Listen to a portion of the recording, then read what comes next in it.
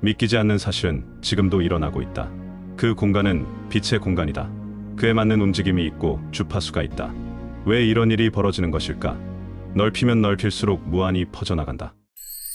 당신이 하는 모든 이야기가 부자 연어. 본다는 것은 무엇일까? 우리는 오로지 눈으로만 보는 것이 아니다.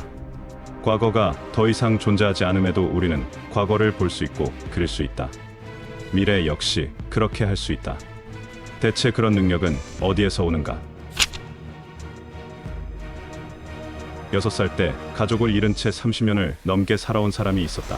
가족을 찾고 싶었지만 너무 어린 나이에 잃어버렸기에 도저히 답이 없었다. 하지만 그녀는 최면을 통해 아주 오래전 일을 또렷하게 기억해냈다. 결국 그녀는 그토록 찾던 가족을 만나게 되었다. 우리는 매번 두뇌의 한계를 느낀다. 아무리 기억하려고 해도 도무지 기억이 안 날 때가 한두 번이 아니다. 하지만 우리가 겪었던 모든 장면들이 무의식 속에 숨어 있다고 한다. 그런데 우리 두뇌는 인위적으로 그 무의식 속을 들여다보지는 못한다. 그 속을 훤히 들여다보는 보이지 않는 내가 내 안에 들어있다.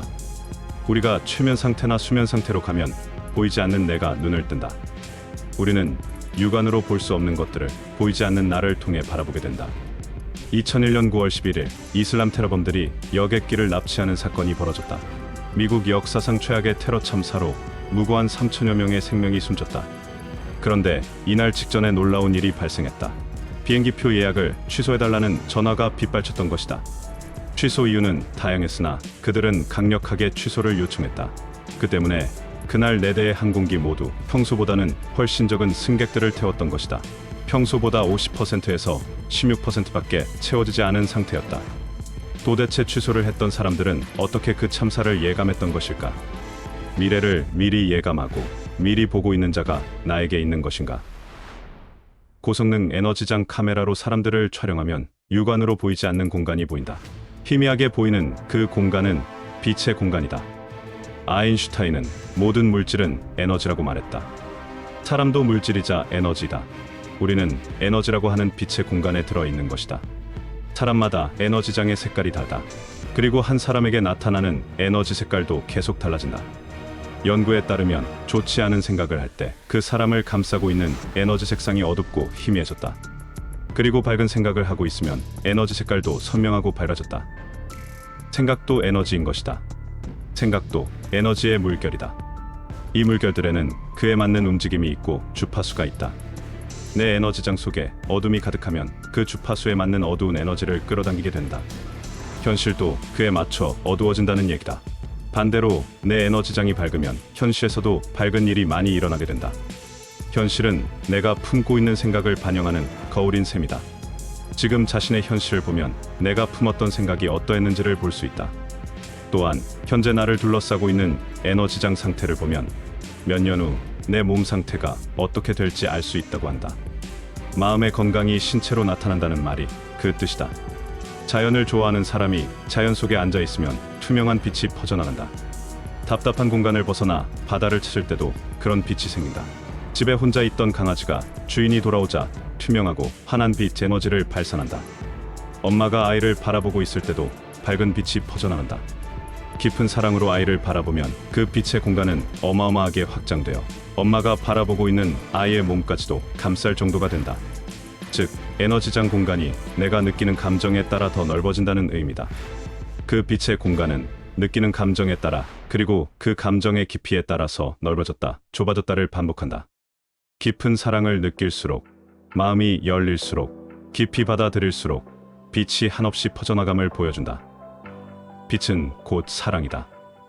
실제로 마음이 맑고 사랑이 넘치는 사람일수록 빛의 공간이 크다. 그래서 사랑이 넘치는 사람과 같은 방에 말없이 가만히 앉아 있기만 해도 가슴이 뭉클해지거나 희열을 느끼게 된다. 부처나 예수와 함께 했던 사람들은 모두들 그런 경험을 했다고 전해진다. 사람은 물질이자 에너지다. 무한한 에너지로 퍼져나갈 수 있다는 것이다. 하지만 사람들은 늘 착각 속에 빠져 산다. 내 육체가 나의 모든 것인 줄 아는 것이다. 그 육체라는 좁은 공간 속에다 시야를 스스로 국한시켜버린다. 오직 육체와 두뇌 그리고 눈으로 보이는 정도로만 살아가려니 한계에 부닥치고 만다. 스스로 운명의 한계를 정해놓고 그 속에 갇혀버리는 것이다. 내가 보는 것, 즉, 내 시야를 영혼의 공간까지 넓힌다면 어떻게 될까? 그럼 애초에 영혼이 설계한 삶의 목적을 찾아내게 되지 않을까? 그로 인해 다른 차원의 삶을 살게 되지 않을까? 만약 내가 내 시야를 무한한 빛의 공간까지 넓힌다면 어떻게 될까? 나는 무한한 창조자가 된다. 모든 경계가 사라진다. 마치 초능력을 갖게 되는 것과 같다. 육신의 공간을 확장하면 감정과 생각의 공간을 들여다볼 수 있다. 감정과 생각의 공간을 확장하면 영혼의 공간을 들여다볼 수 있게 된다. 그리고 영혼의 공간을 확장하면 무한한 빛의 공간을 들여다보게 되는 것이다. 두 개의 나, 육안으로 보이는 육신의 나와 빛으로 이루어진 또 다른 나. 내 시야는 넓히면 넓힐수록 무한히 퍼져나가는 빛으로 된 존재가 된다. 내가 바라보는 공간의 크기만큼 퍼져나간다. 그 공간의 크기가 커질수록 내 모든 능력도 마법처럼 끝도 없이 쏟아져 나온다. 정해진 운명대로 사는 것에 불과한 게 아니라 운명의 창조자가 되는 것이다. 아인슈타인이 이런 말을 했다. 나는 늘 그림으로 생각한다. 그림으로 생각한 걸 나중에 종합해서 언어로 옮긴다. 그림으로 생각한다는 건 두뇌를 벗어나 몸 밖의 넓은 공간 속에서 생각한다는 말이다. 마음으로 그린 선명한 그림은 설명 가능한 현실이 된다. 멀리 떨어져서 전체를 바라볼 때 그것이 진짜 무엇인지를 볼 수 있는 법이다. 공간이 크면 클수록 더 큰 그림으로 생각하게 된다. 명상을 하는 사람들은 이 빛의 공간을 넓히는 작업을 한다고 볼 수 있다. 작은 몸통 속에 있는 내가 아니라 위에서 내려다 볼 수 있는 모든 것을 감쌀 수 있는 무한의 빛의 존재가 되는 것이다. 이렇게 빛과 함께 퍼져가는 공간이 진짜 나의 공간이다. 그 공간이 진짜 내가 된다. 이것이 진정한 마음의 공간이다. 나의 공간이 커지면 커질수록 창의력과 지혜, 좋은 에너지와 행운을 끌어당긴다. 내 안에 잠재된 모든 것이 마법처럼 무한히 쏟아져 나온다. 나의 공간이 완전히 커지면 나는 무한한 창조자가 되는 것이다. 그저 내가 무한히 커진다고 상상하면 된다. 나는 세상을 벗어난 새가 되는 것이다. 한없이 펼쳐진 하늘을 날면서 넓은 시야로 세상을 내려다본다.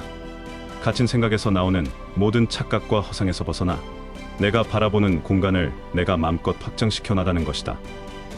내가 보는 것, 내 시야를 넓히는 만큼 내가 원하는 것들이 술술 마법처럼 이루어지게 될 것이다. 내가 서 있는 공간이 아니라 무한한 하늘의 넓음을 보라. 까만 하늘의 어둠이 아니라 그 속의 빛을 보라. 눈으로 하나를 보는 게 아니라 마음으로 전체를 본다. 나는 세상을 벗어나 위에서 내려다본다. 나는 사랑으로 빚어진 빛의 존재이다. 내가 바라보는 것은 모두 사랑과 행복뿐이다. 진정한 나는 언제나 내가 그런 내가 되기를 기다리고 있다.